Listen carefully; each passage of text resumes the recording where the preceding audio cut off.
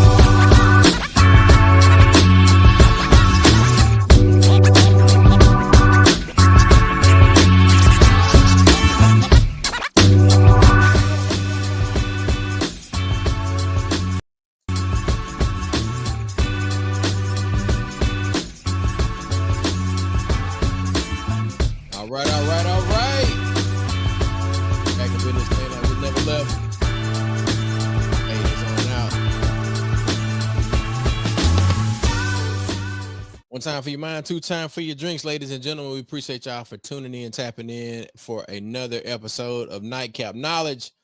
My name is George Chuck Patterson. If you know me, you know me. If you don't, you don't. If you want to change that, you can tune in to Nightcap Knowledge every Tuesday at 9 p.m. This is the Welcome Back Show. We had some other stuff planned, but we got some pressing matters to address. So please like and subscribe to the Black with No Chaser YouTube, Facebook, and all of our social media outlets. Man, we appreciate every like, comment, and subscription. If you're out there tuning in right now, make sure you let us know where you're tapping in from. Shout out to all of our Tougaloo College alumni that are in an uproar in all of the comments all over social media. We want to invite you to visit tougalooalumni.com. We want you to get to the gate for Tougaloo Alumni Weekend, Lou City.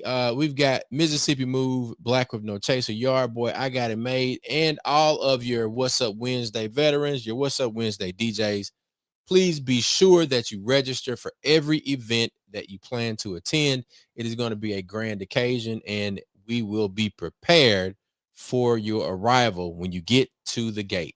So once again, that is tougalooalumni.com. We look forward to seeing your registration come through, and we will be in communication with you.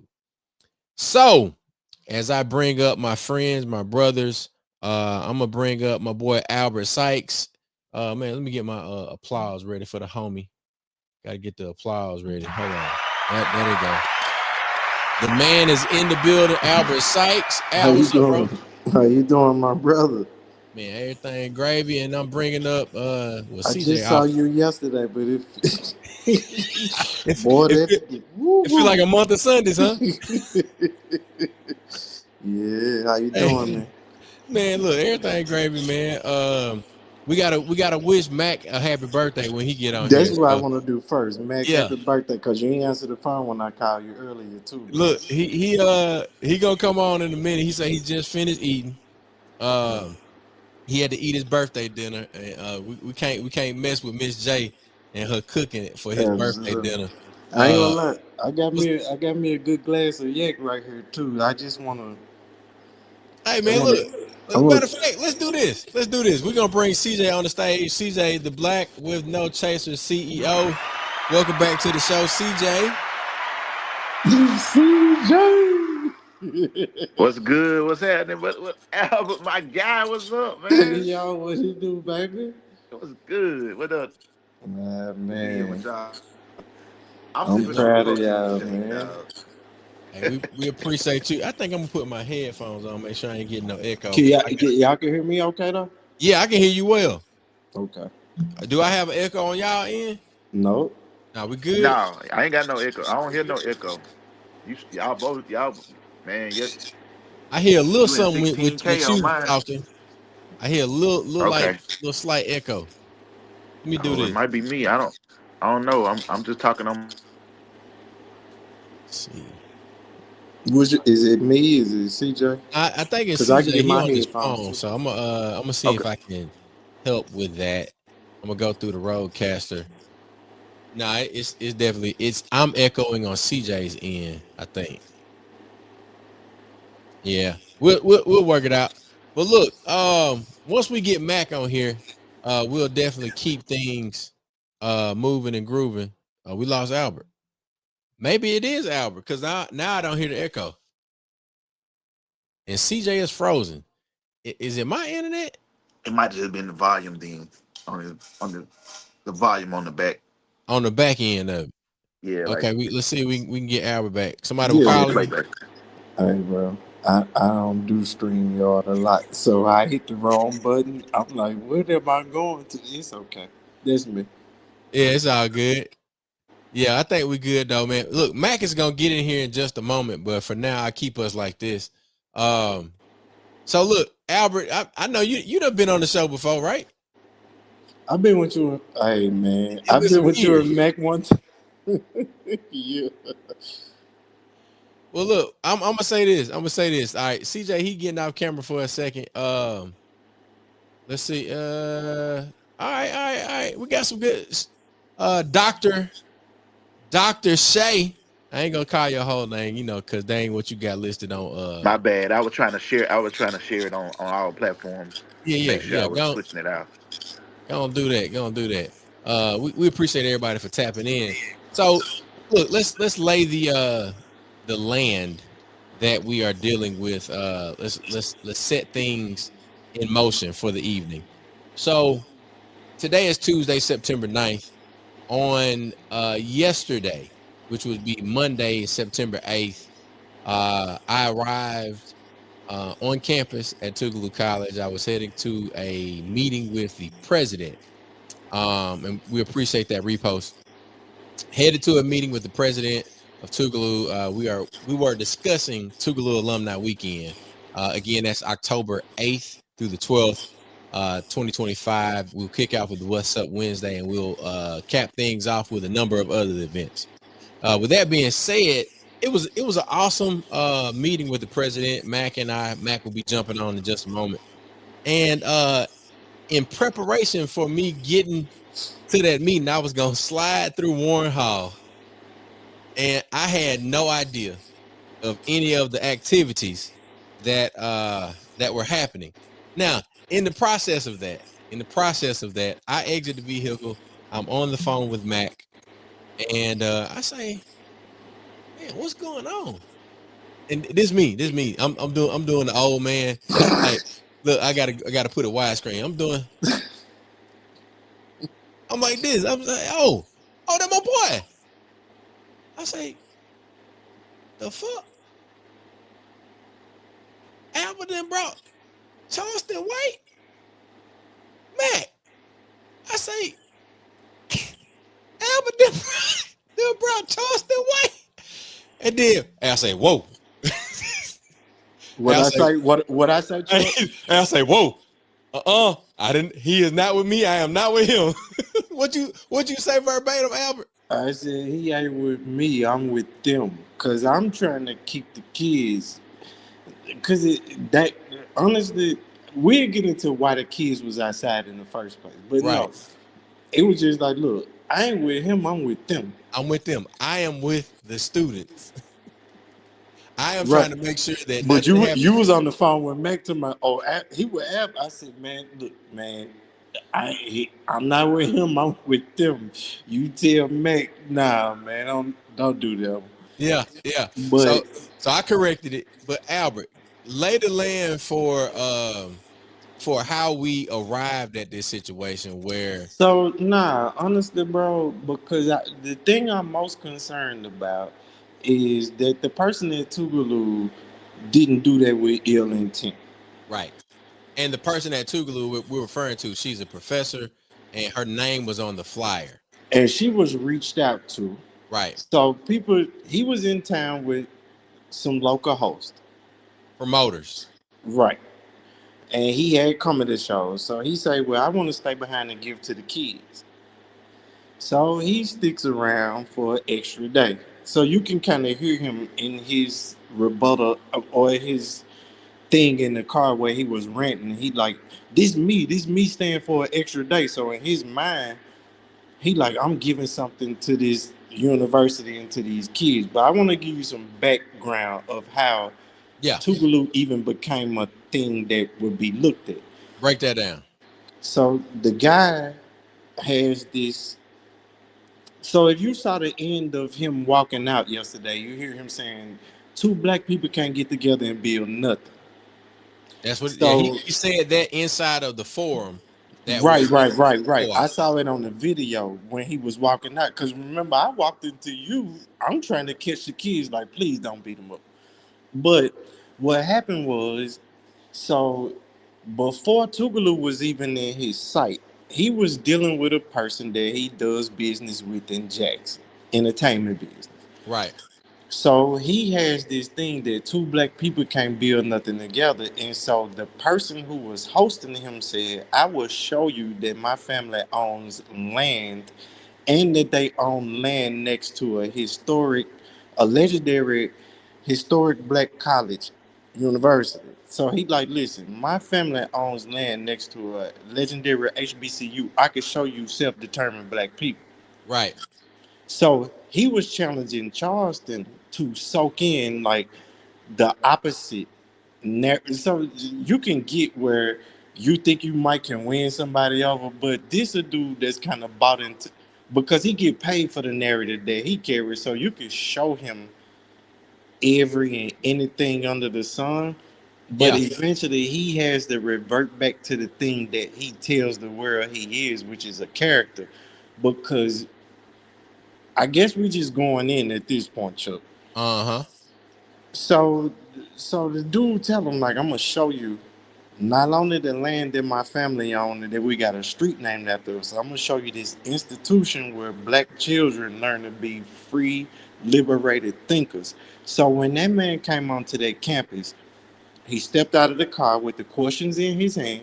He had the flyer. He knew that Uh-huh. he was participating on a panel, Right. and eventually at a point he got challenged and he said, I ain't come here to debate with nobody. So anytime that it felt like he had the advantage, he was okay. He was But good. then it's also that it wasn't singularly him. It was a three-man panel, and they literally at certain points, each of them snatched the microphone out of each other's hand.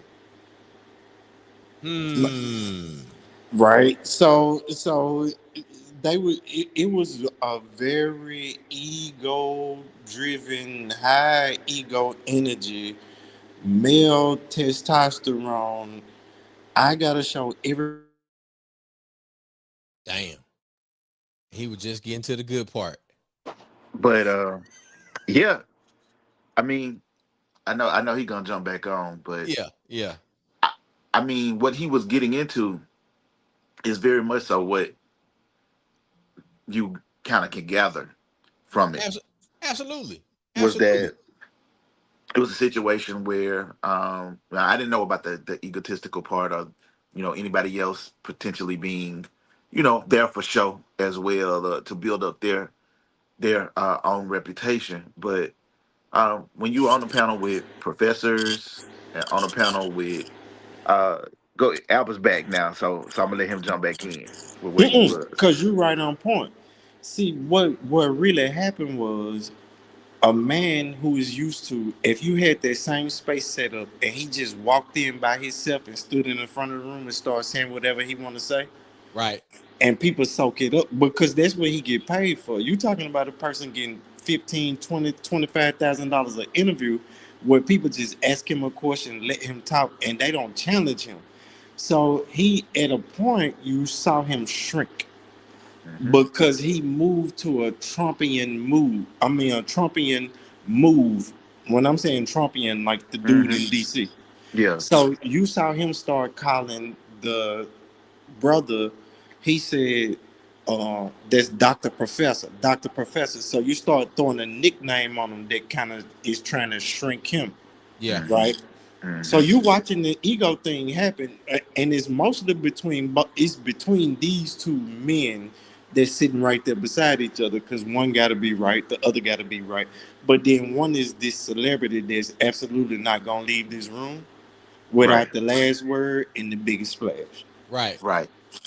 Because he can't get stunted on. He can't get stunted on in on video in front of those people, because Yeah. if he does Which get is showed, right. Which is you part know, of the reason. If you see the video, as soon as he jumped up to walk out, I had just literally came back in the building. So when he said his piece and he got up to walk out, you will see me turn my back and throw my hand up to tell the students don't get up, yeah, because I did see. at the point that you get up, this is where it becomes viral. So as soon as his name pop up, and because they wasn't chasing him to talk crazy to him, they was actually fans. So if you see a portion of the video as he's saying what he's saying before he stumps out of the room, it's people that's clapping and laughing in that room. right, But it's also another portion of students in that room that's like, wow, I didn't know that this the roommate that I sleep with every night that would laugh at a gay joke, or Mm. you see what I'm saying? right, So you had a whole lot of things playing out in the room, and so he gets up and walks out. So I throw my hand back and tell the students like, don't get up. But the students that wanted to get pictures and videos and what, they was the ones that was chasing him. gotcha. So they was coming out as fans in the beginning. I'm telling him, man, go to your car, man, and go to your people and just leave. Like, just go on and go. Because he keep turning around talking crazy. Like, he's so mad at the dude that he arguing with on the panel. He don't have no filter for who he talking to like this at this point. Mm. So when I was so glad to see Chuck, because Chuck got out of the truck and Chuck looked at me like, damn, is that Abel? What the fuck going on? Oh, I'm sorry. I'm sorry for cursing. Yeah, bro, this Man, black with you no you chaser, good. dog. This nightcap, dog. You But I good, got man. to tell the honest truth. He looked at me like, God damn, is that Abel? What the fuck going on? So I just zoomed down the truck like, shit, I'm so glad you pulled up, bro, because these kids finna beat this man. They came out here loving him. And one of them, like, I'm finna By whoop the his time ass. he got down that hill, So you see me, I'm talking to Chuck, but then I run back to the car that I know that they in. I'm telling his people, man, unlock this door and let this man in his car. Y'all got to get away from up here. Yeah, Because he said, it was a few things that he said. One of the kids said, well, why you come here anyway? He said, they tricked me up here because I thought I was gonna be lies. talking to some kid, bro. He sent the screenshot last night on social media of the questions that he walked in that building with. So I gotta say that in Tougaloo defense. Number right, one. Then there's also this thing of whether this event was approved or not. There's a paper that has two signatures on it that says that this is supposed to be able to happen. That's right. So we want to make. I know that I made a post about the actual activity of what should be done. I did not make a recommendation for this professor, this staff member, this faculty member to be terminated. Mm-mm. Now, she should not be terminated, and she should not be reprimanded in any way because she went through the proper channels of protocol. She did, and then she also knew who he was. So no lie, when I first talked to her, she said, "Well, wait, let me go see what's. Let me go." She like, I know who that is, but let Yeah, me go check and make sure. So she came. She went and did her due diligence. She came back and she felt like, listen, if he like come hold up. here, if he come here and understand the rules of the space of Tougaloo, we not cussing, we not calling kids niggas.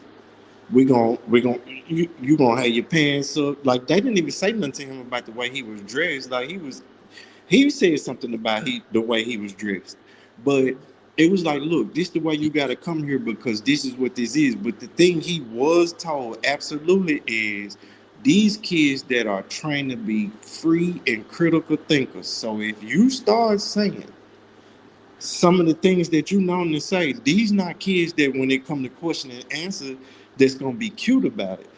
So it's actually kids that showed up with cue cards that they already had questions that they written down because they went and watched his interview. So it was kids and then there's like, hey, what you saying about black women? And hey, I come out of a single mother home, or I've been shot. I'm a victim of gun violence. I'm a child in a home where it's three brothers and none of us went to jail, right? So it's kids that came in there prepared to say like we ain't just no lay down dummies. So honestly, I want Tougaloo to have some pride in the product that showed up in that room yesterday, Mhm. because them weren't no kids that come. Nah,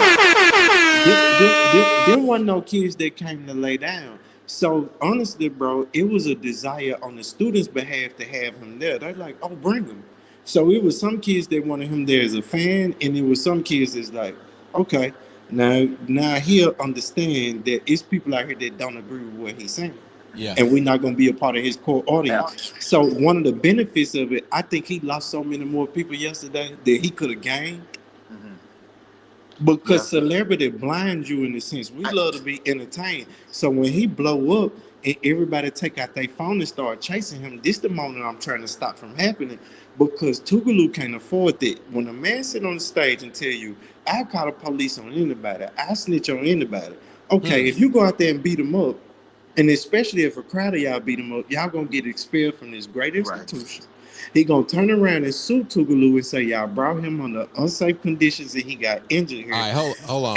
And then I'm gonna show you how dirty people think. He'll say, if your parents can afford for you to go to a private college, I'm gonna sue your family too. So I'm gonna press charges on you. I'm gonna sue the school.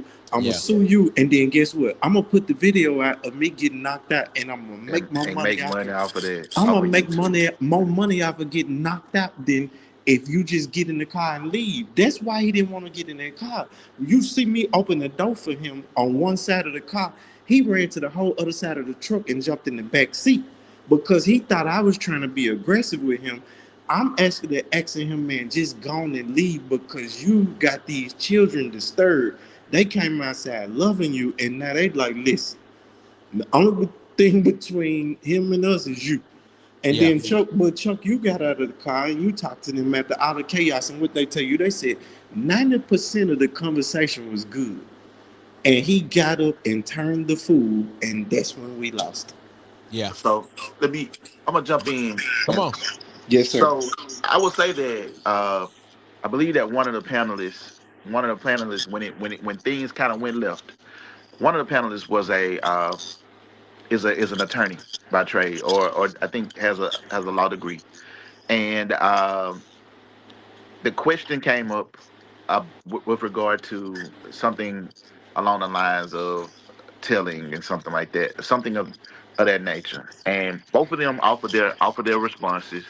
The brother with the legal background gave a historical response and contextualized, He uh, did. He right, telling some the things, truth. right, about the way that slavery operated. For example, Harriet Tubman. Give an example of Harriet Tubman Here we helping go. helping others to escape the plantation. And White, I believe, countered by saying that there were others who stayed on the who told because they wanted to protect their families on the planet. You know, I'm not gonna give validity to what he said, but because he was not in an audience, he was not around his target audience in that moment. People who would just consume that and not push back against it, Right. he became uncomfortable, He very shrunk. uncomfortable. He And shrank, bro. right, you could see that he was intimidated. I'm a by trade. I do my research as well. There we go. I discovered that it's my belief and understanding that at some point in time, he also wanted to be an attorney. So, being in the presence of an actual attorney or professor, or professors and educated students at the same time, I felt like began to feel like a pressure cooker to him, uh, and he began to twist the narrative to make it appear as though the focus should be on an entirely different conversation, or that somehow Tougaloo brought him there to focus on the conversation about Yeah. facilitating and Right. perpetuating crime. Which, in fact, anybody who understands the history of Tougaloo College and what we're about, I mean, literally, we are the cradle of the civil rights movement. That's what Tougaloo College is known as. When Dr. King touched down in Mississippi, when Kwame Ture touched down in Mississippi, the first place they were going were Tougaloo's gates. They was getting to the gates immediately.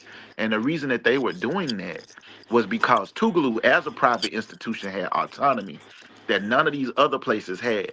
So Tougaloo has been for years cultivating the mindset within us to stand on business at all times, no matter Yeah. whether it's the clan or a coon, to be really truthful with you. And so No, he was fully informed on it.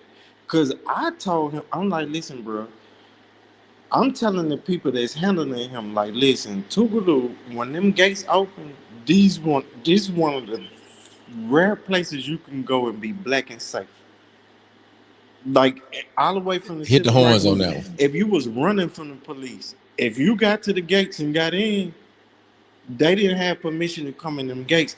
And I'm telling him all the way down to like if you mailed a piece of letter over there and sent it to Tougaloo, Mississippi, it's gonna get where you sending it to. So it is this thing about Mississippi too that not just him, but anybody that come here as a guest, a visitor, or if you move in here and want to spend the rest of your life, you gotta understand what's in that dirt. Yeah. mhm, facts. What we know is in that dirt, and what we don't know is in that dirt that we ain't discovered that's been buried and hidden away from us. When the university go to dig up to make a new school at they medical center up there, you see all the bodies they found that just been thrown out there and laid up, and now they Grades. gotta be Right. reintegrated. So I'm saying the soil of Mississippi count for a lot. So if you can't come, like, Oh, that it's man. almost like we need like a hood welcome letter that say like, if you coming, this how you gotta show. So it Yes. ain't about checking in; it's about respecting the soil. Mac, that Facts. It, light ain't gonna help you. Absolutely, bro. what you You say? you I'm absolutely. telling Mac, happy birthday first, Happy Mac. Before birthday, I Happy Matt. birthday, you ne- Mac. put some light Appreciate on you, your man. face, Negro. That dude look like he up in witness protection. I am, man, because y'all people might be wanted. Y'all like y'all might be wanted. And Hey, I'm telling about they y'all got can't. big Mac in the building.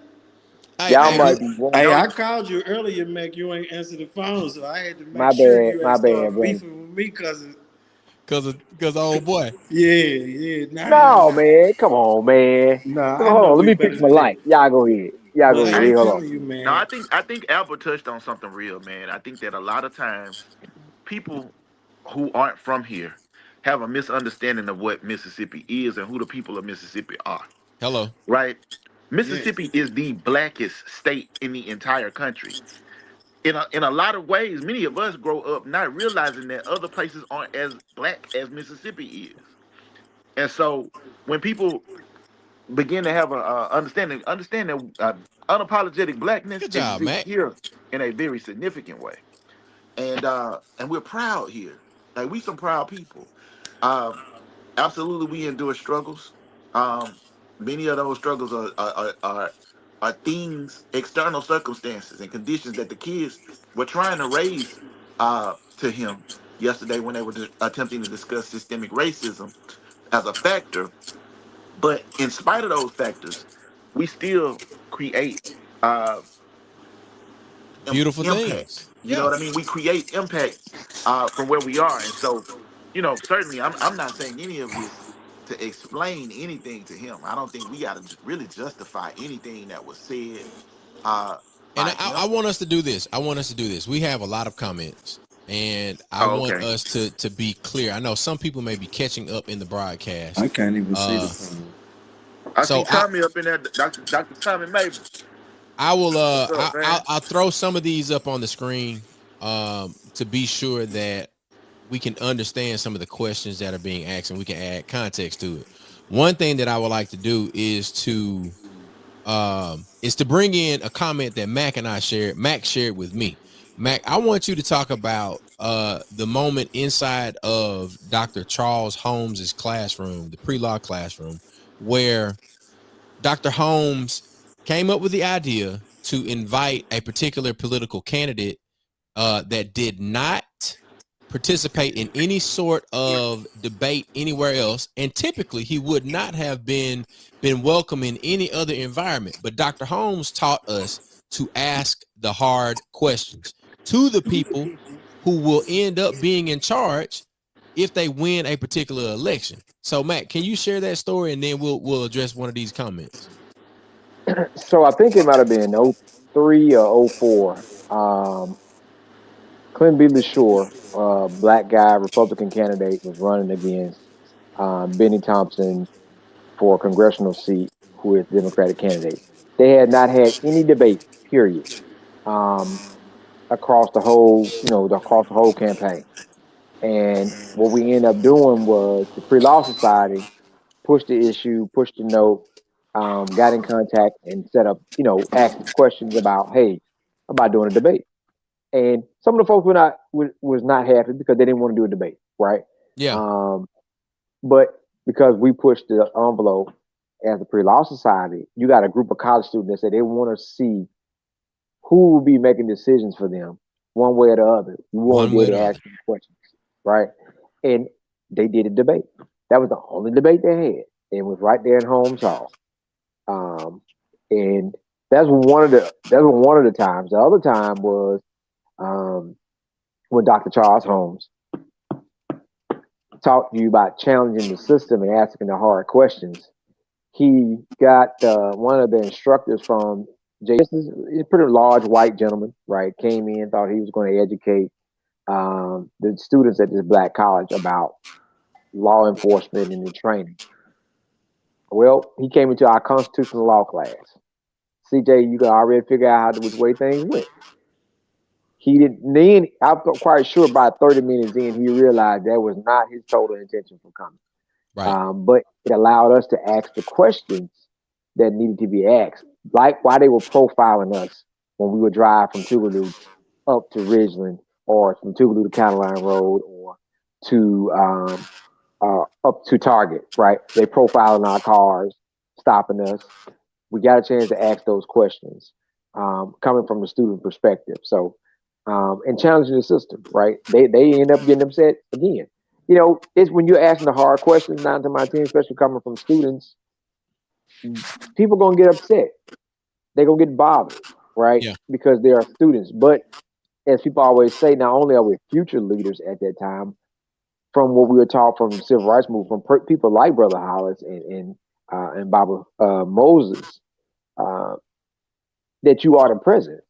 So these folks left college, went right into doing stuff, activist work or whatever at that moment. So it wasn't about when you grew up; you were doing it at that time. You were using that same type of training and process to ask those hard questions. Yeah. Um, So but so those are two examples. And Albert, I want you to jump in, but I also want to throw this comment out here just to clarify. And Mac, you definitely need to pull me up a glass of that the next time you see me. this is my birthday gift. Ooh, That happy boy got that birthday, 18. bro. That 18. Yeah, definitely a happy birthday to Mac. Oh yeah, Uh everybody tell Mac happy birthday, bro. yeah, we're gonna Yeah. throw some of those comments up.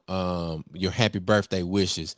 And for the record, Tougaloo was never in any position to receive any type of check from the person or anybody else. This was an attempt by a Jacktown representative, a person who knows, likes, trusts, understands Tougaloo.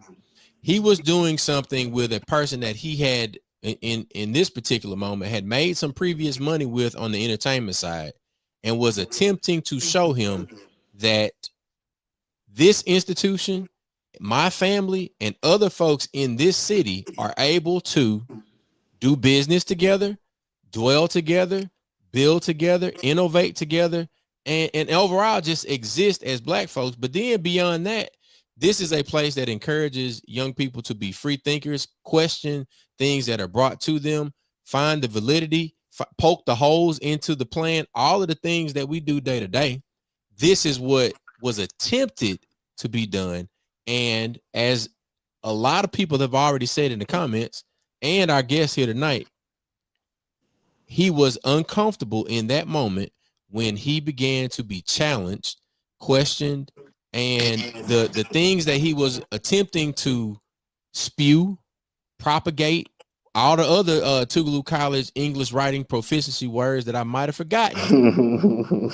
When that began to happen, this gentleman said, you know what, I got a plane to catch and I'm out. Now, Albert, I want you to speak to the conversation that you had with him after the fact when he said, I want to go to the hood. So basically, when he walked out, he said he wanted to go to the plane. Now I'm finna go to the airport, and it was a clear understanding. Like, nah, you can't just leave Jackson like that. Like, you'll go to the airport, bro. You got to come be accountable for what you just did, right? Because when it was between him and the person on the panel, he storms out of the room and he turns it into this firestorm with the kids. So it's like, no, you got to really understand what you did. You got a Black woman who felt like she had supreme confidence in her kids showing up and not being intimidated by him. Now her job is on the line, right? Because you act a fool. And then it's also other people leveraging relationships where the intent is not to bring harm or bad press to Tougaloo, but it is to let this man have an experience of learning and understanding. This narrative that you're giving about Black people is not true. You can go, and it's not just Jackson. You can go city by city and see where people really taking care. But Tougaloo is a very, very special institution where I'm telling him, like, listen, man, this is one of the few places where Black people own their knowledge. Mm-hmm. Right? Like, I had to give you the horn on that one. the state can't take that from you. Like, the Black people own their knowledge. If I went to Jackson State and created the cure for whatever, the state of Mississippi owns my intelligence. So it is that, like, bro, you gotta understand where you are. So no, Tougaloo took absolutely every piece of proper protocol as far as knowing that he was coming through those gates. He didn't do what was necessary to control him. The man sat there for a whole hour, no lie, and participated in a conversation that was contentious at times, but very respectful.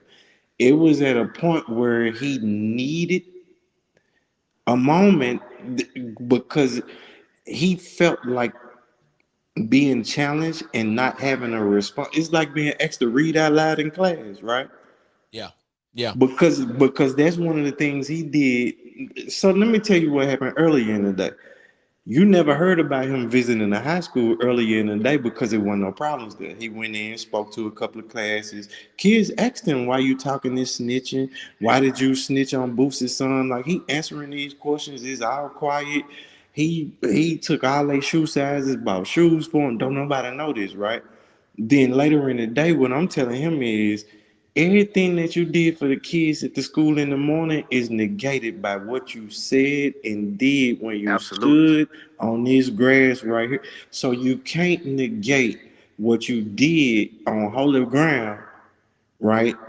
Because you went and gave gifts in another place. And so now what it is, this a practice in challenging people who not used to walking in the room and be in the And room. being Like, challenged, right? right, Mm-hmm. and not be in the room itself. Like, he is used to walking in the room and he is the room. So at this That point, is. he has to share the room, and he like, not only do I have to share it, I'm starting to lose the crowd. Like everybody ain't clapping as loud as they was in me.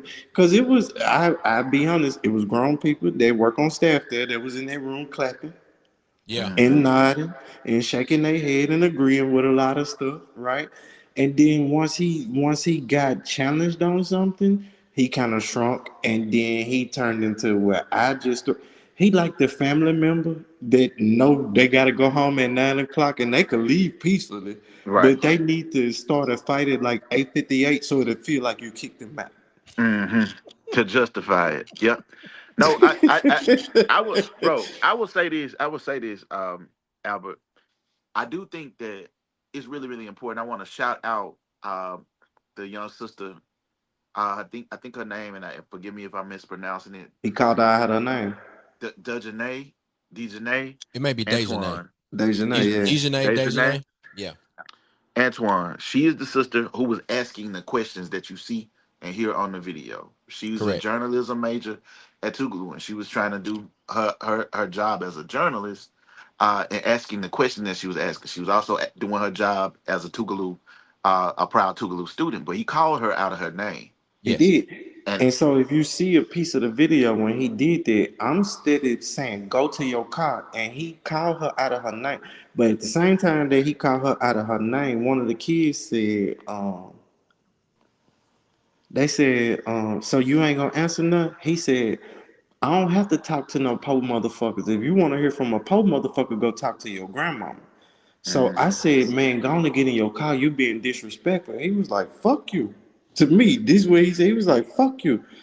Because he don't know me. Like, I'm basically like, listen, can't nothing happen to these kids, and Tougaloo don't need this attention. Because Mac. when you sitting in the moment, you can't even people don't peel through the layers of what's happening. You got kids that can get kicked out of their school Right. that can't just pick up and go back to Chicago in the morning. They don't, right? But then you also got a school that's a HBCU that's got things that is trying to work through on its own internally that everybody don't need to be drawing Right. attention to. And then you got the HBCU narrative that's national, but even the Mississippi narrative that we can't pick good leadership, we can't run institutions without stealing money. You see what All I'm of saying? these things. Right. right, So I'm all of this is playing in my head at the time. Like the white people that get the video and say, look what them niggas doing behind that gate. right. You don't go to a HBCU and be anti-black in your Oh, ideology, right? listen, but can I be honest with y'all? If the cameras weren't right there, I was all for a full buffet of hands and feet. Yeah. Full scholarship to them hands But I'm university, telling them like, aka no, Tougaloo. they recording you. You gonna get Right. caught on camera. Man, don't throw your Yeah. career away because he gonna get paid anyway. This man Right. Yeah. told you he just bragged that he made $5 million in interviews alone, and he made $100,000 in 4 interviews in the week before he came here. So he's paid. Your family cannot risk their name, their reputation, and so you even had some people reasoning with it like. Because you got all of it. I started to see so much. I saw to go back on social media for Sunday and Saturday, where you got people in the hood taking pictures with them everywhere. Like, look who I ran into, and they letting their kids take And they pictures. proud. Then Proud you of it. got then you got other people that's posting like, man, I know y'all ain't got this red in the city. So I'm kind of not in the know of what he really like. He's selling himself as a comedian that don't like Lil Boosie, which is kind of weird to me too, because like you don't really come to Jackson and talk bad about Lil Boosie either. So Hey, it was just Amanda's that. in the comments, and I don't know Amanda Nah, personally. but what they right, and so that's why I'm finna get to too. But the threats that came to Amanda didn't come from outside that campus. That came from an alumni group thread. That's like, we want blood when we see you. We gonna beat you. That's why I'm telling y'all, man. No, man. She did every piece of due diligence, and before Before we even left campus, man, people had already went on Tougaloo's website and pulled her picture in it. And it's like, no, this lady didn't set this up, and she didn't do this to make no scene or to set Charleston White up and put him. She basically was a professor that had faith that her students wasn't gonna be walked over by nobody, and that this was an opportunity for some discourse. And everybody know that this dude is a character, but he gave his word before he came in that school what Right. he was gonna Right. agree to. But what I do hate is at the same time that people are so upset about, oh, he should have never been on campus, and this is where people saying go kill the black girl. That ain't got nothing Right. to do with that. I mean, yeah, they turn. I would say this, man. I didn't feel that way. As someone that is in the social media space, we are content creators and things like that. I actually thought that the concept was innovative. I may not care for the individual that it was, but I understood that in the time that we're in, you got to be innovative in how you reach students, because we in a different, it's 2025, we're in a different era of how to connect and how to create opportunities for students to think than you did in the 1990s or in the 1980s. And so uh I'm never going to fault an educator for being innovative in how they approach education, because I Right. still think that what was being attempted to be done there was the desire to spark thought. And we are at a on campus where you want to spark thought. Um, with that being said, I believe that the sister, Amanda, should be protected and not Absolutely. disrespected in any way. That's right. Um, I feel the same way about the sister that was asking the questions, the student, Dejanay. I'm sorry if I said her name wrong. And no, I really believe that there's no reason that either one of them should be held to the fire. In my opinion, I know a lot of people were reactionary and how they thought about it, but I see it as an opportunity to say, wait a minute, how can we refine this? How can we refine how we do this?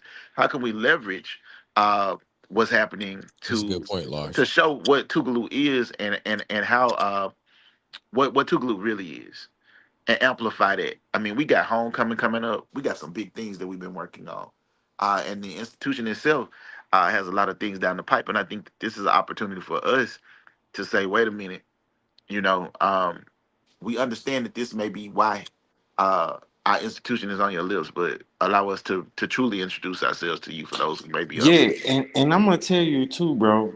When I'm speaking of layers, these the other things that's running through my head. Amanda could have said absolutely from the beginning. I ain't even gonna go ask the administration. I ain't asking nobody. I don't want Right. this dude on campus. And if I send word back and say, nah, Tougaloo don't want y'all there, bro, because they don't want the message that you bring. You know what he would have done? He'd have lit Started a us up in. social media campaign to say that a HBCU won't let me come talk to black people. And no lie, on that campus, people would be fighting her. It would be students fighting her saying, we didn't have no say. We wanted him to come because when you go watch the videos, it was people that was coming as fans, and I saw people that work at the school telling kids that they was walking past, hey, Charleston White up there in the cafe. So kids was coming in. Amanda did everything that she was supposed to do, and she went and talked to the people that she was supposed to talk to. And had he not stormed out of there and act the fool, and honestly, even with him slamming the microphone down, that would have just been like a mic drop, and then okay, that fool went out there and got in his car and left, and then nobody, right? And nobody would even know he'd been on Tougaloo campus except seeing the little clip with him walking out the room. Right. So some of the fandom, so it was a very, very eye-opening moment about what entertainment does and how celebrity blinds us in the moment, right? And then there's also that when it's a scapegoat needed, where now when you got a person who went through every piece of protocol that they were supposed to go through, and then it's like, oh, now it's trouble. everybody take their hands off of it and say it was her. Like, no, that like I bite the bullet for it because she trusted me and I trusted somebody who lives in Jackson who's saying, look, this man needs to see the truth on the other side of what he out here telling people. And you can take an honest attempt to try to teach one of your friends and you Mac, can come walk on, get into ready to jump in. yes, sir. Go ahead, Mac. I'm sorry.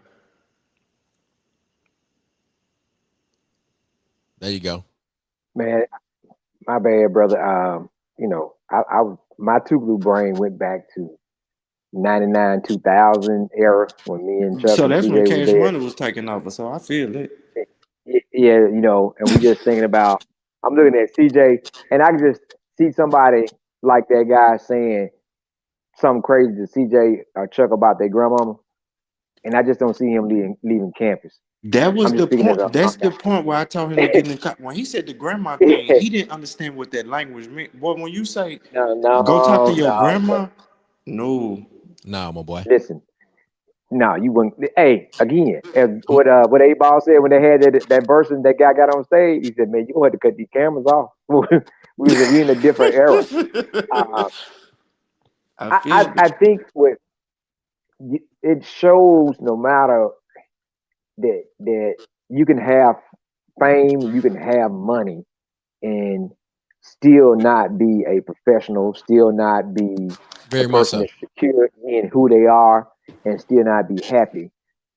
The way he responded, you know what I'm saying? If you okay with money and you got all this, then why are you so upset? You know what I'm saying? You could say, man, forget them, I'm gonna go, right? You could have been a comedian and said, yeah, but I'm paid, right? You could have said anything you wanted to say. But being at that point, and what you're saying is it was gonna be a lose-lose anyway. He was gonna shit on the school if he was gonna shit on the school if you didn't If let him come. right, He was and then he turned around and showed his ass. But what right. I want folks to see again, Mm. don't let this stop. Now, what we need to do is make sure that people know how this person acts, and that this environment is somewhere he don't need to be, around folks, youth, and around children or anything like that, because he does not know how to conduct himself in a Hello. professional manner. It don't Hello. matter where Right. you from, right? You do not know how to conduct yourself in a professional manner. Now, if you want to talk to somebody that likes that are fans of HBCU, there's a place down the road, and I down the road from Tougaloo, and he can show up anytime there. We can have a conversation with the alumni. He's welcome to come. I can Yeah. call. We can make a phone call to the owner and ask what day can we get it. He's welcome to come and have a conversation with me And I heard And they or got with good adults. chicken wings down there too. hey, pull up. But they say they Yeah. got their hands and feet special if you don't know how to watch Hey your mouth. man, listen, I'm telling you, man. I I would say y'all. I mean, this is what we understand that is that much of Gen Z has a very much an interest in things like being influencers and content creators and streamers, and there's an interest in these things, and those Hmm. things are real. And so I can see why students would be excited. And I'm trying to correct myself where Lars, explain to me, don't call That's them what I'm saying teenagers, about the call them entertainment students. part. Yeah. Yeah. So there is a excitability factor there, and I think that it would be that case, and that's something that potentially should be leaned into and not shied away from. But it should be done. Obviously, we can. Thank There you. are others that we can bring that are of another of a standard that is reflective of what we want to see at the Thank you. institution. But overall, man, you know, I would say that what he did as far as the disrespect is concerned, as far as the way that he's spewed anti-blackness on our campus, like I think I commend the students for how they handled it. I commend Absolutely. them for for holding us down. Again, I think that there's a lot of things that a lot of lessons to be learned, but also opportunity to leverage. Um, Tougaloo needs donations as a private institution, as Albert stated. So this is an opportunity to donate to Tougaloo if you love Tougaloo. If you listening right now, this is an opportunity to go to tougaloo.edu and hit that button Yeah. and help run them numbers up. As a matter of fact, as you mentioned that, Go CJ, ahead. Mhm. there is we will have an activation during Tougaloo Alumni Weekend where we will do a 10 for Tougaloo challenge. So you and the person next to you, if y'all got to rub two $5 bills together to donate that 10 for Tougaloo, we will be doing that at the Tougaloo Alumni Weekend. So kicking off on Wednesday with What's Up Wednesday and rolling all the way through the rest of the weekend. We will be putting that link out. So if you are a Tougaloo alum and you have not registered for the Tougaloo Alumni Weekend, we invite you to go to tougalooalumni.com and you can sign up for whatever event, and we will be releasing the streaming version of Showtime at the Lou very, very soon. And also, all of these events are powered and brought to you by Mississippi Move and Black with No Chaser, along with a lot of other very, very hardworking and dedicated Tougaloo alumni. I do want to allow one very specific question. And I tried to go back through as many as, and look, I want to say this before I get this question. Thank y'all for all of these comments. Thank y'all for the views. Thank y'all for the engagement. I think that this is probably the most comments and engagement that our podcast has had in quite a long time. And we've been on a break. We've been working on a lot of things for Tougaloo Alumni Weekend, working on a lot of things for Mississippi Move, working on tons of things for Black with No Chaser. So we've been building historically Black businesses. We've been attempting to learn how to do business at a better and higher and more engaged level. We've been attempting to create systems that we can operate within, and then we can circulate our Black dollars. So I've said that.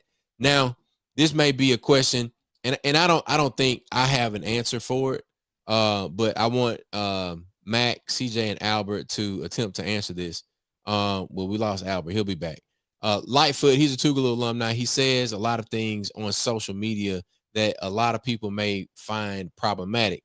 He wants to ask this question. Can we answer the question at hand today? Does the no snitching culture help or hurt the Black community? And I think that's what Amanda was attempting to have a conversation about with Charleston being a person that promotes that he is a snitch, or I'm not sure exactly how he puts it because I don't really consume his Oh content. no, he said But them words. He said it. He said he yeah.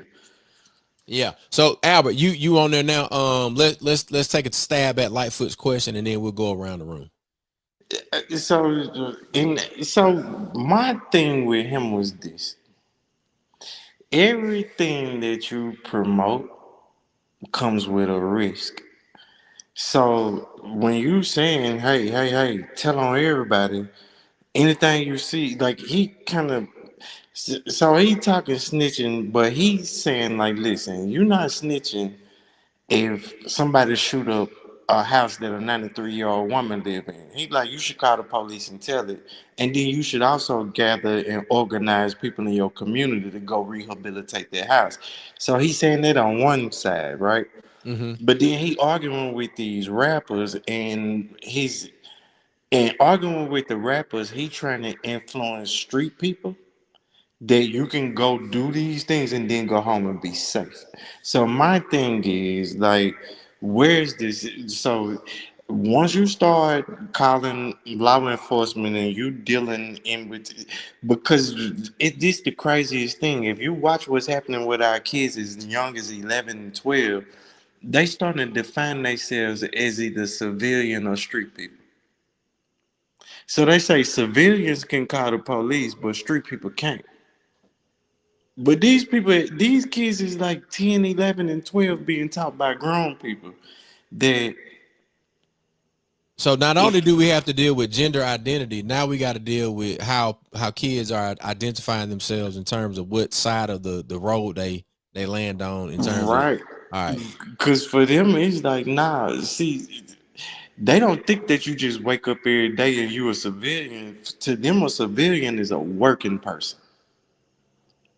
And then a street dude is a dude that play in the street. So it's like, yeah, if you out here doing something in the street, you just take what come with the street life. But if you harm a civilian, but so if we watching Chuck, I don't know about you, but the biggest, toughest, hardest gangster I ever saw in my life was my little old grandma, Hey, who could come on the come on, porch Mac. and she could tell everybody on the block, get back, look, stop that cussing.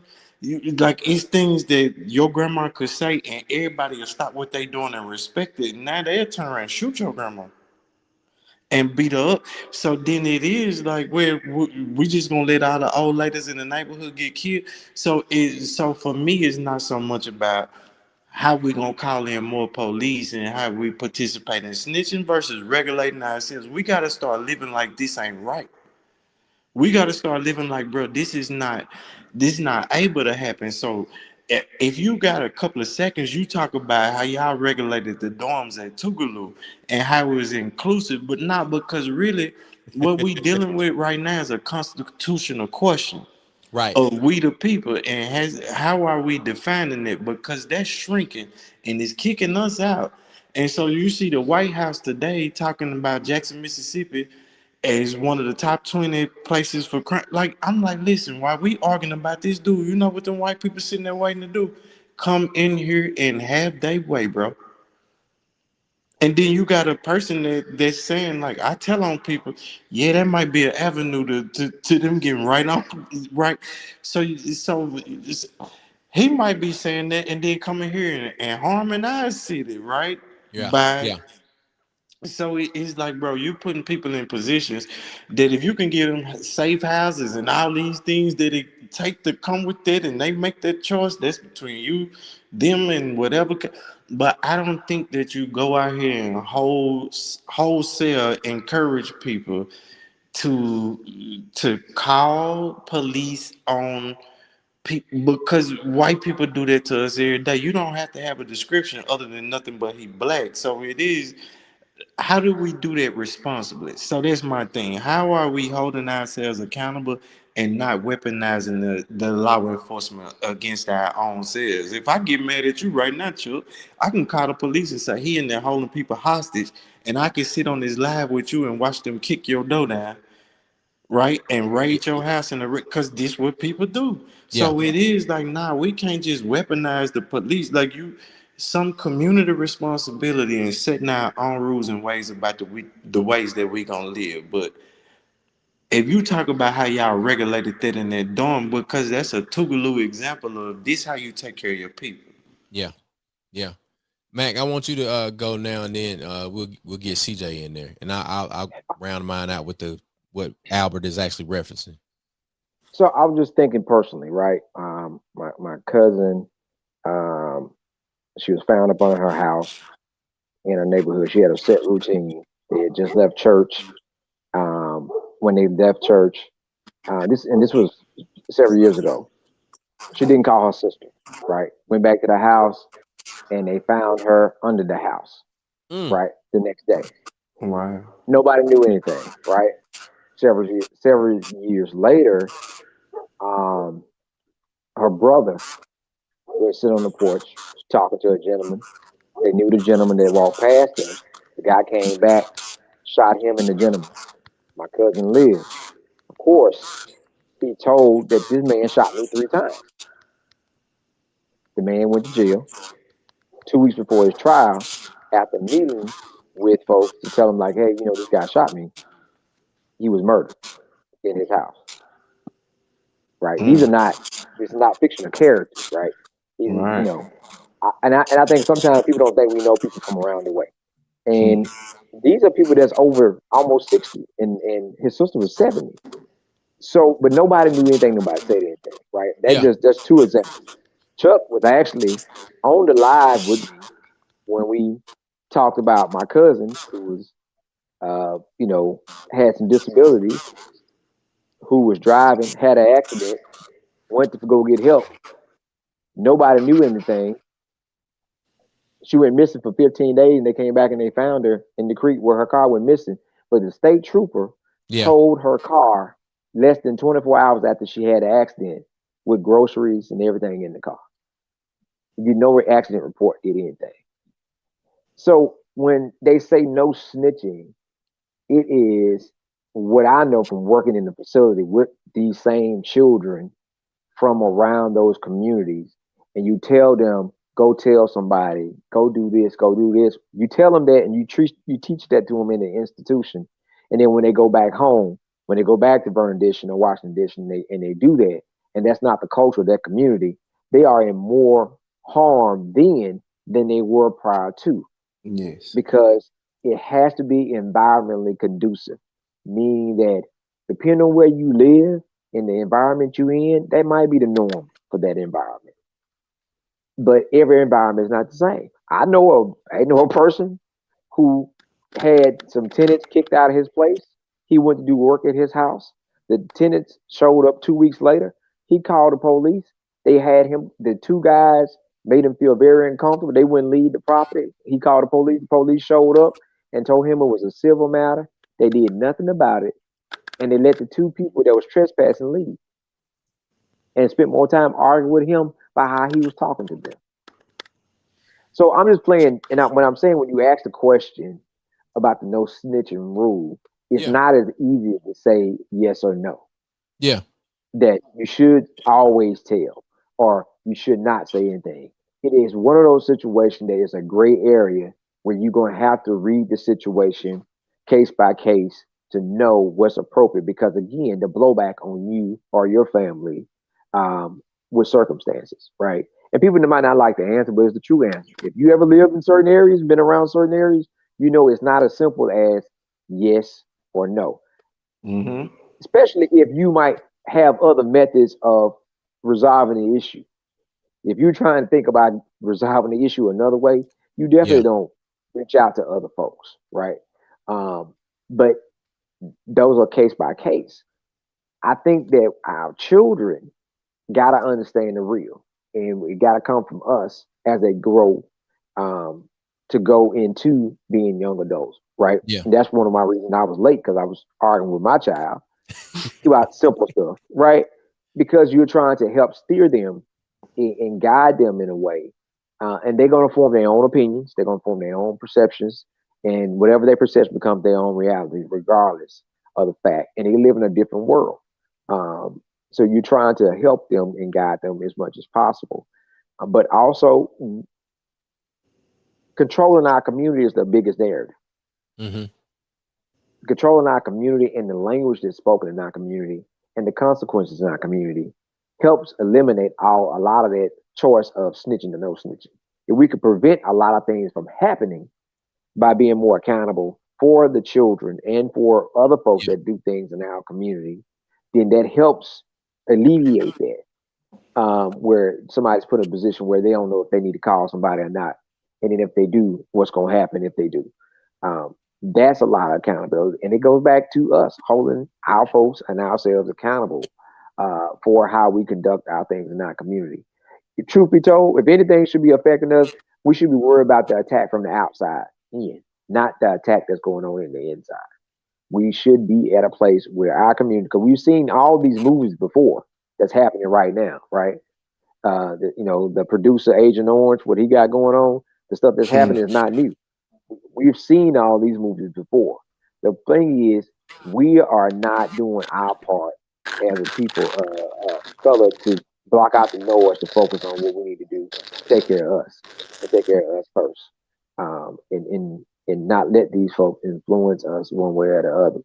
Because right now, I happen to tell you, it's these young kids are caught in the they caught in a perplexed situation because you don't know what to do. There's a consequence regardless.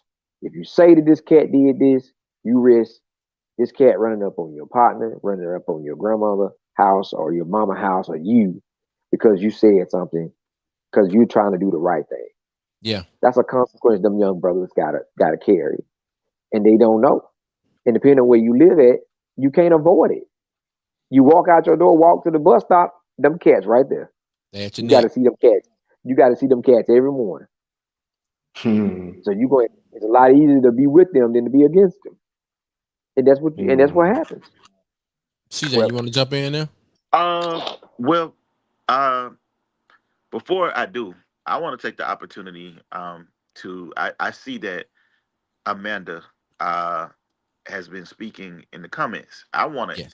actually give her the opportunity. I want to invite Amanda to the conversation if she would like to be a part of the conversation, is interested in, being able to speak on our own behalf. We like to give you the platform to be able to do that, Amanda. If you want to do that, we can send you the link. You just let us know if you're interested. But we And understand if you cannot because Yeah. right, of your position and the ongoing, right, whatever that Tougaloo is doing, right. the We do institution. understand, but I also wanted to make sure that Right. you were given the opportunity.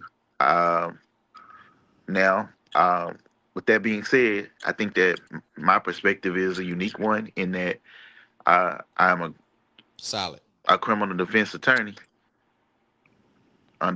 We understand, Amanda. I just wanted to make sure because I know, it's important to be able to, That's right. have a say in your narrative. And, you know, eh, I certainly don't want to see a black woman who was attempting to do something for students be persecuted in any shape, form, or fashion. Anybody that was trying to do something for our students being persecuted for attempting to do so. And so um, I'm fine with us, disagreeing on, who should be present and who shouldn't be. That's right. But and we can disagree, but we not fixing to threaten. Uh, you know what I Absolutely mean? not. We not fixing to threaten professors at Tougaloo for attempting to actually uh, educate. So Yeah, I that's what think hurt that, me the most. It's like yeah, these people have this issue with this man, and their response is let's threaten to harm this black woman.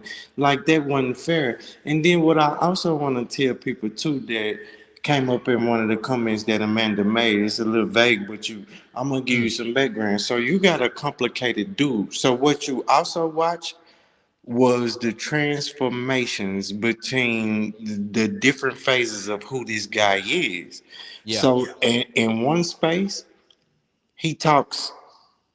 This not a dumb dude. So for people to say, "Oh, he shouldn't be like," because don't base that on prestige. Like this is not a non-intelligent person. Gotcha. When you catch him out of character, it's like, "Whoa, okay, woo, woo, woo." So you can see the switching in and out of character. But I'm gonna tell you what you really watch. This a dude that went to jail in his teens. Like I read up all of this. Went to jail in his teens. Ended up, I guess he snitched on his homeboys, or they got messed over in the system, or some Right. situation with it. But the dude actually got juvenile detention laws changed in the state of Texas, right? So he was this activist. He was this activist guy who went up against the state of Texas, got juvenile justice laws changed, and what he ran into was, I don't make no money from doing the positive. So what you watching is a dude. He wasn't built for the long run. See, Mac can be comfortable, like, man, I might die broke, but I'm gonna die broke striving towards freedom. You're gonna have some people that think freedom is a financially constrained thing. Like I'm not free unless I got a lot of money. So you got this guy that feels broken. Like I went out there and gave all that I could to my community. I didn't make no money, and I don't get on the news, and I don't get recognition. And we should be so glad that he got out of that space, because if you there for money, if you there to be on the news, if you there for recognition, you not there to serve the people. So he's made a choice that, hey, what I'm gonna do is serve my economic interests. So you looking at a broken man that I'm not sure what you can do to fix that. So that's not an Amanda problem. And Yeah. when you hear him sitting in that car saying, and I ain't get paid for this, that was not a reference to Tougaloo. He came with some anger because he had events at another venue, and he didn't feel like that financial situation went right. He knew he wasn't getting paid at Tougaloo. He asked to come there for free. But so what I'm saying is, you watching a dude that's like melting and morphing into these different people until he hits the thing that triggers the audience, and the phones come out. Because yesterday, had nobody followed him out that room, he would have just been a fool stumping to the car by Yeah. himself. And then you still would have got out of some truck, but you'd have been like, damn, that's weird. What Charleston White doing in the parking lot by himself?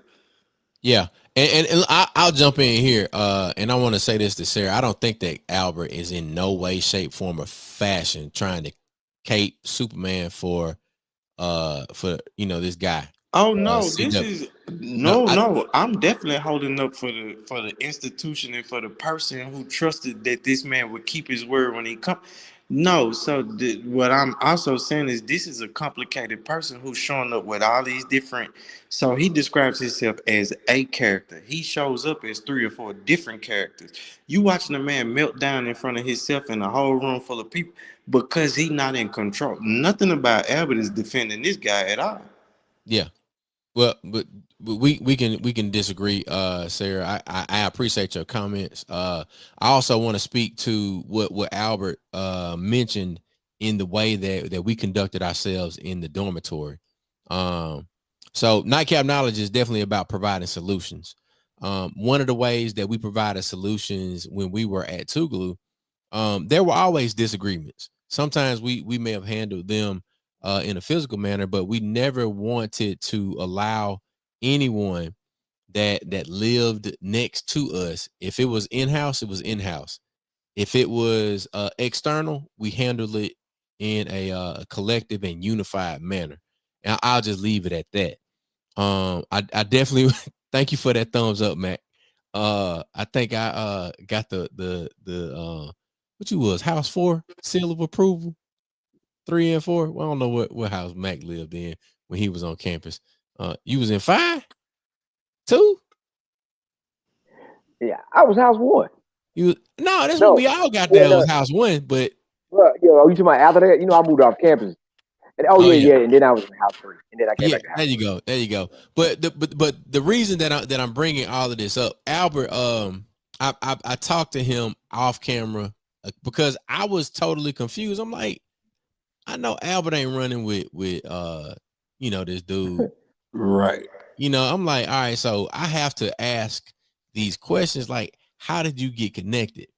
And I think this was an honest attempt by people who have been in the struggle, who have been a part of organizations and a part of institutions that are attempting to make sure that our people are enlightened and educated and also enacted. So I think that's the impetus in how we arrive in this moment. Now, whether or not you can understand or whether or not you can agree with how we arrived at this moment, we are here now. And we have the opportunity to activate and engage around our institution. And I'm going to carefully choose my words in this moment right here. That we are in tumultuous times. Not only is our institution in a point of transition, there are a number of HBCUs in the state and in the city, maybe let's say county, in the county that are at a point of transition, and we could find ourselves more activated to support some of the activities, support some of the people that remain on these campuses that have a particular mindset. So I'm asking this. These are Chaplain Johnson words that I learned while I was at Tougaloo. Are you willing to invest your time, your talent, as well as your treasure? Are you willing to invest your time, your talent, and your treasure in the institution that gave you a chance to become who you are or who you are in the process of becoming? I say that now because we know the landscape of what we're dealing with. Amber Williams is speaking in the comments about the guns, the big guns that are being deployed by the celebrity in chief, and we can say these types of things on this platform because I believe that the person that spurred this conversation and the person that inhabits the White House are one and the same. They have propaganda. They are profiting from a particular type of propaganda, and it is done so in a way that is hurting a particular group of people. Now, I'll say this. I dropped a link in the comments. It is a fundraising link. We can donate $1. If we can enact $1 per Tougaloo alum, whether you were wronged by a professor, whether you were wronged by a staff member, whether you were wronged by me, in any way, shape, form, or fashion, all of that is that's over and done with. We're here in the now. We're here in a moment where we are calling you to be better. We are calling ourselves to be better, and we're calling ourselves to stand up for Tougaloo. In the next month, we have a converging point. The converging point is Tougaloo Alumni Weekend. And we can have more conversations around this, but truly, the only solution that we have right now is that we come together and we can show alumni engagement, alumni dedication. That means that we're going to have to stay engaged over a particular period of time, meaning that it has to be consistent. It has to be, we got to put our money where our mouth is. So if you're not, and I'm working on paying my life membership for TCNAA. Publicly, I'm saying I am not active with a local alumni chapter because I be on the baseball and soccer field. Now, I can pay my money, and I think I did pay my money to the Gulf Coast Tougaloo alumni chapter for the record. But I don't do nothing because I'm at the ball field every other day of the week, every day, the ends and why, honestly. I'm asking because I saw this thread happen. Somebody said, well, girl, let's get active together. Let's get financial together. So over the next month, it is September 9th.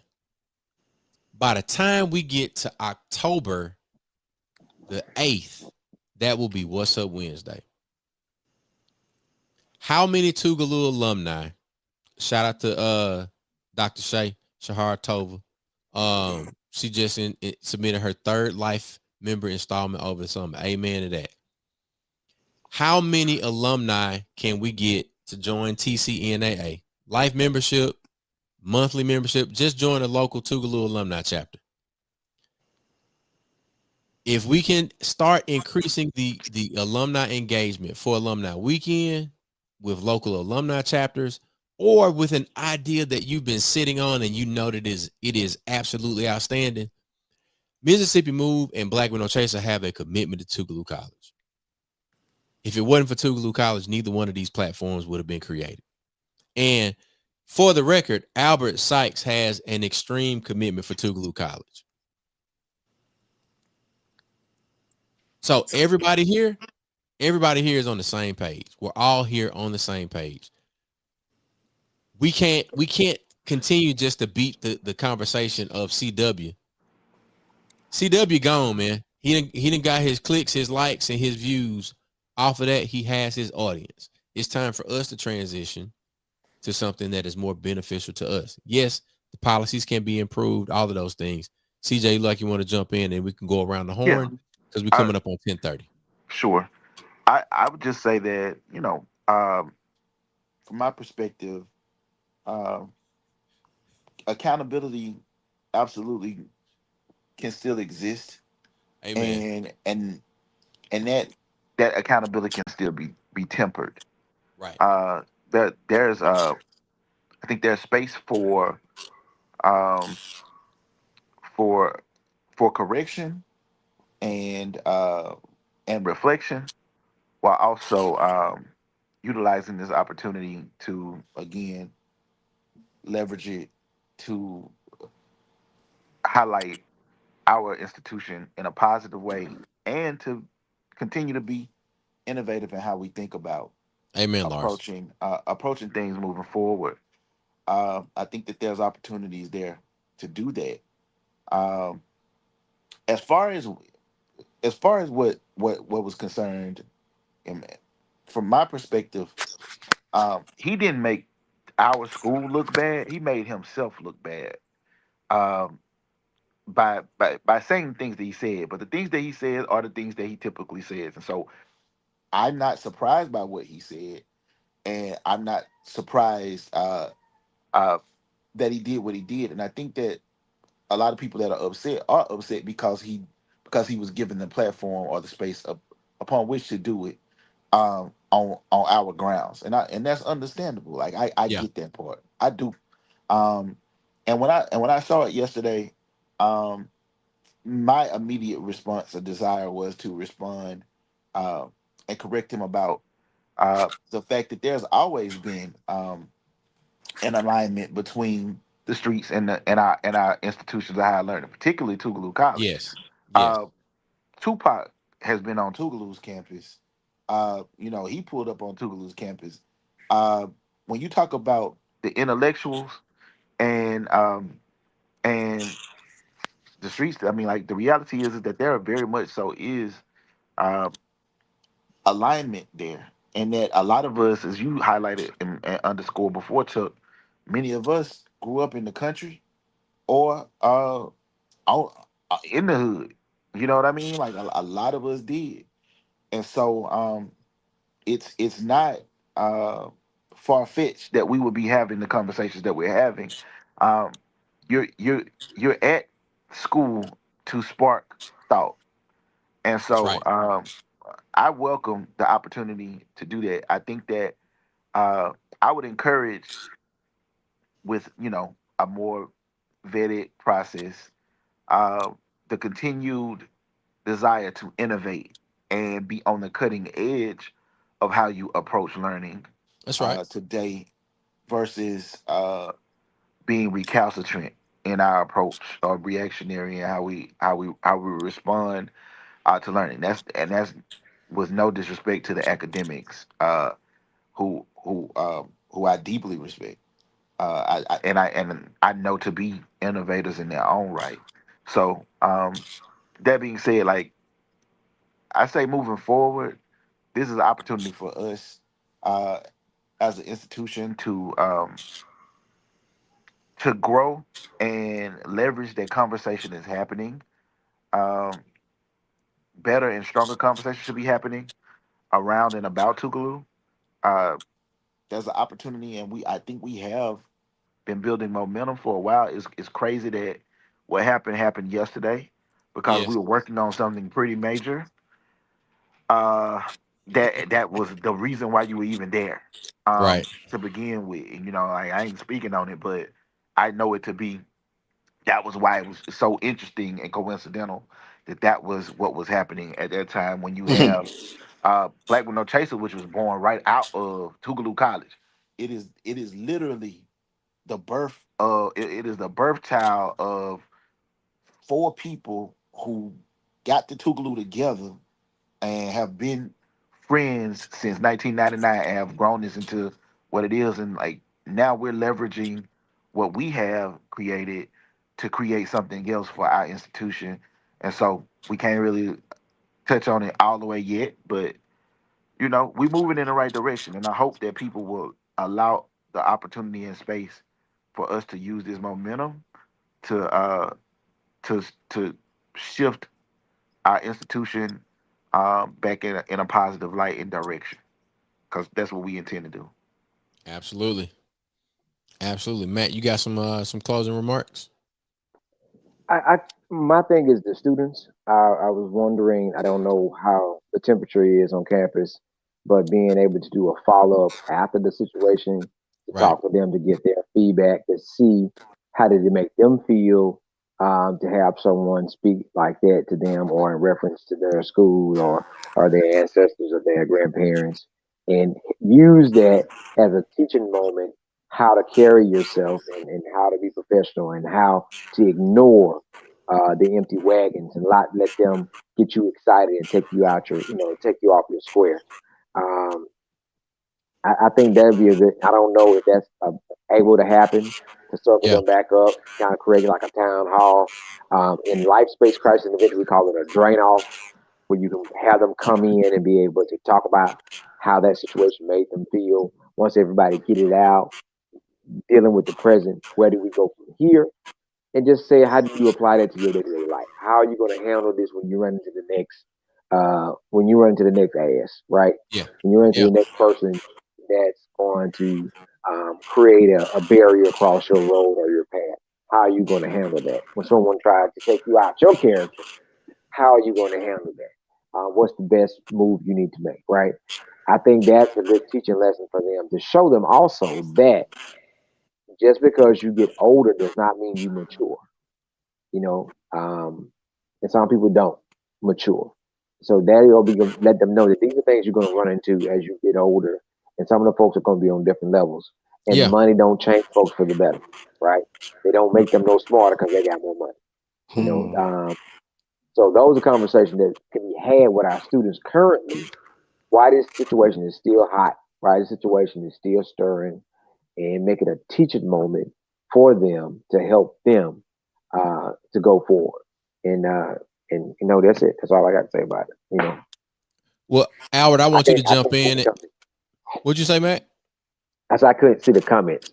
Okay, I was about to bring some of those comments up, but I wanted Albert to speak specifically to what he plans and has already coordinated with several of the students for this Friday, and then I'll give some closing comments. Yeah, I spoke to the students, and honestly, man, I was so proud of them. So I want to be clear. I don't condone or approve or endorse any of the way that this man behaved on that campus. Because I see some of the comments saying we rationalize, like, no, what everything that he did was wrong. What I will say is, I saw students immediately say, nah, we don't want no parts of it. And they started organizing yesterday. Like, nah, we got to have a conversation. And honestly, the conversation they want to have is not just about him. They have some larger agenda things that they saying, look, now that we sparked up. So in a sense, what might have been by his design or some ulterior, like what might have been by his design and maybe cause a disturbance, actually woke some students up to say, nah, we don't just not like this. It's a lot of things that we don't like. So now they asking each other to have conversations, but then you start seeing them reach out across campus for different leadership to lean in and kind of hear from them. But yeah, man, I'm more excited to see that they like, nah, we ain't gonna go for that one. And this ain't the end of it. It's not just that no more Charleston whites can't come on the campus, but it's also making sure that Tougaloo ain't never labeled as a clout chasing university. Like Tougaloo is not a college that set that up so that they can get a lot of clicks and it get them. That was not the school doing that at all. It was at a certain point the dude turned into what he has to be to get attention. Right. And yeah, so that's how that was, man. But I'm really excited that the students start organizing themselves and they kind of carrying the Tougaloo spirit and they done it through the whole thing. So the shame is not on the school or the kids that go there. It's actually the dude who thought he could disrupt tradition and he didn't. He did not. He did not do that. Tougaloo students did exactly what Tougaloo students are known and accompanied to do. Matt, you want to jump in there before I play this Yeah, video? I don't know how much Albert talked about himself, right? So, and for those who don't know and see Albert, and those who are just trying to understand the connectivity, Albert Sykes is one of the mentees of the Bob Moses, right? So the Algebra Project, Provine, he's not new to organizing, not new to activism. This is something he's been on that campus 1,000 times, being connected with all the work from the civil rights movement, the veterans of the civil rights movement, Freedom Summer. He was just there with us for Freedom Summer. That's right. So when he speaks about the work in the organizing, this is something he's dedicated his life to since he was a student in high school, to continue to do the work. So he does have a real connectivity to Tougaloo College and the mission that And this has not the first time somebody showed their ass. It just went. This just happened to be social media, and I don't want us to be hypersensitive and take it out of context. Right. Somebody showed their ass with us when we were there. We've had celebrities on campus when we were there. Social media just make it instant, and it Yeah. becomes so quick, so fast. And these children are dealing with the same things that we dealt with. These young adults are dealing with the same things we dealt with. We Yeah. handled it. We were able to handle folks in one way or the other. They'll be okay too. We don't want to handle them with kids' gloves. You know, they ain't no different than anything else that has happened. Because I don't care what era you was at Tougaloo, some shit happened.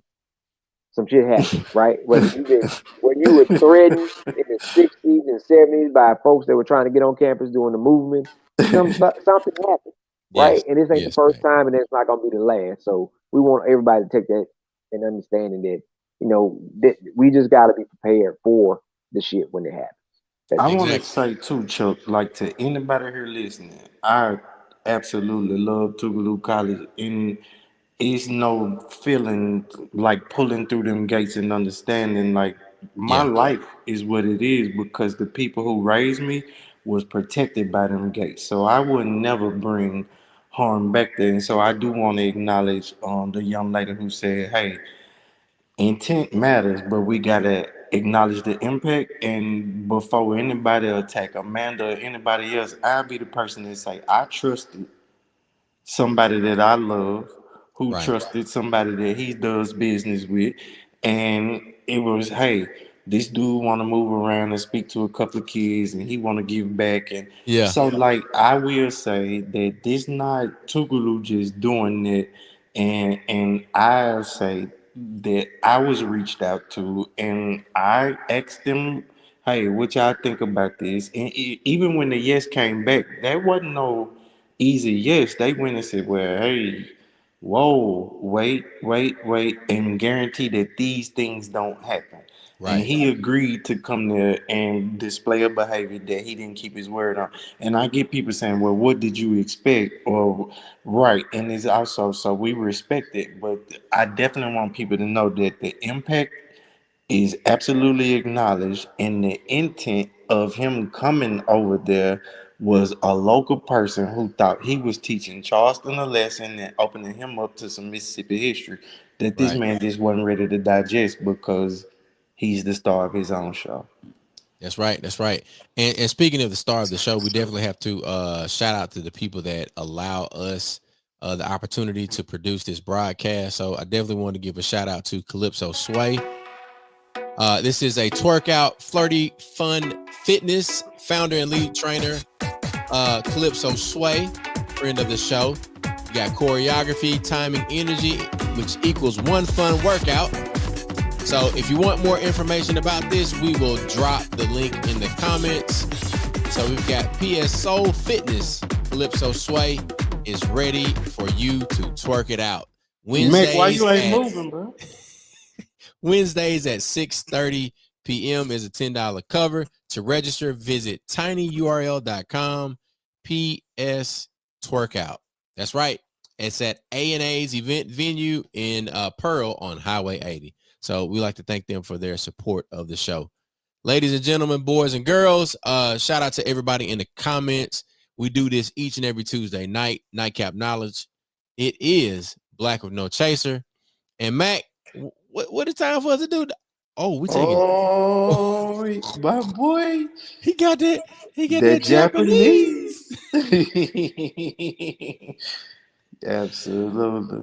That's all right, man. That's all right, man. Look, Hey hey, man, thank y'all so much, man, and thank Tougaloo. I'm glad to be here because I just didn't want all this confusion going around with the professor and the threats. There's like, so I appreciate y'all, and I'm so glad to see that so many people engaging and loving Tougaloo like they are tonight. absolutely, man. We appreciate you, brother. Keep doing what you're doing. Keep loving on our people, and we will do the same. And hopefully, prayerfully, without any doubt, with all the action that we can muster, we will get to where the money resides. Episode of Nightcap Knowledge We talked HBCUs. We talked hip hop. We had a hard conversation about what really went down at Tougaloo. We'll see y'all next week for another episode of Nightcap Knowledge. Once again, thank y'all for tuning in, tapping in, checking in. Be sure to hit that link in the comments for your chance to donate to Mississippi Move, as well as Tougaloo College Athletics. We'll see you for Alumni Weekend, October 8th through the 12th in Tougaloo, Mississippi. Get to the gate, baby. It's Lou City.